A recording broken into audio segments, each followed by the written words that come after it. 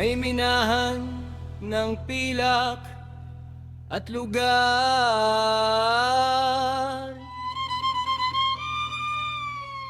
kung saan ang ginto ay dalisain.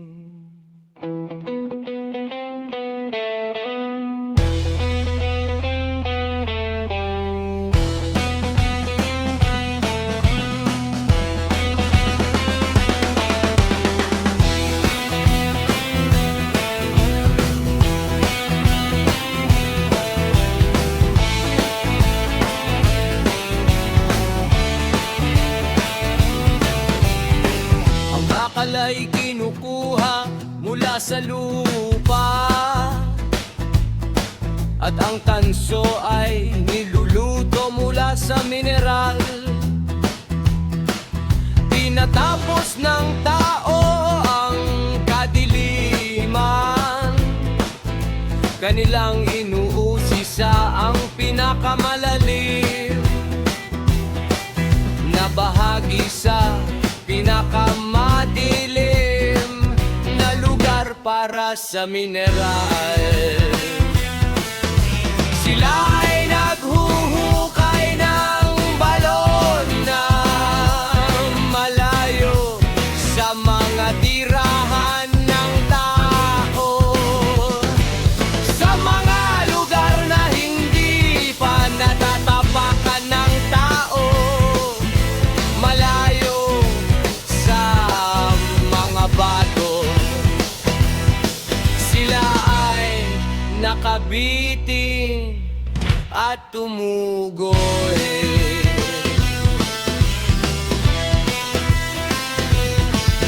Ang lupa na pinagmumulan ng pagkain ay nasa ilalim na binabaliktad na parang sa apoy. Ang batong safiro ay nagmumula sa mga bato nito. Ang alikabok nito ay may mga tipak ng ginto. Hindi alam ng ibong mandaragit ang landas na iyon. Hindi iyon nakita ng mata ng lawing. Ang mahirap at palalo na mga hayop ay hindi tumuntong doon. Ang leon ay hindi dumaraan doon. Iniaabot ng tao ang kanyang kamay sa batong apoy, kanyang ibinabaliktad ang mga bundok. Siya ay nagukit ng mga daluyan sa mga bato. Nakikita ng kanyang mata ang bawat mahalagang bagay. Kanyang tinatakpan ng mga ilog upang hindi tumulo, at ang mga bagay na natatago ay kanyang inilalabas sa liwanag.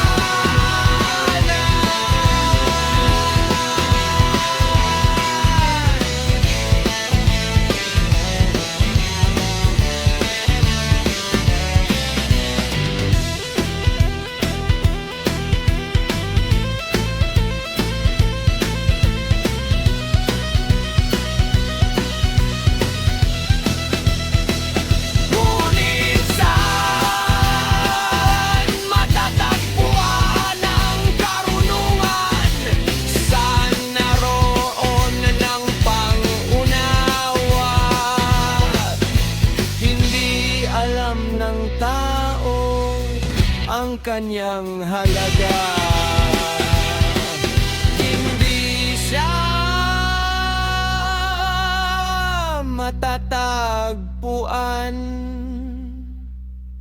sa lupain ng mga buhay.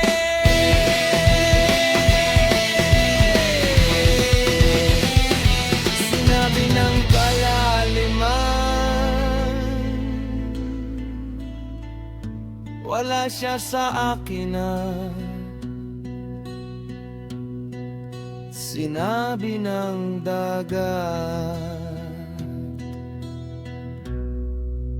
wala siya sa akin.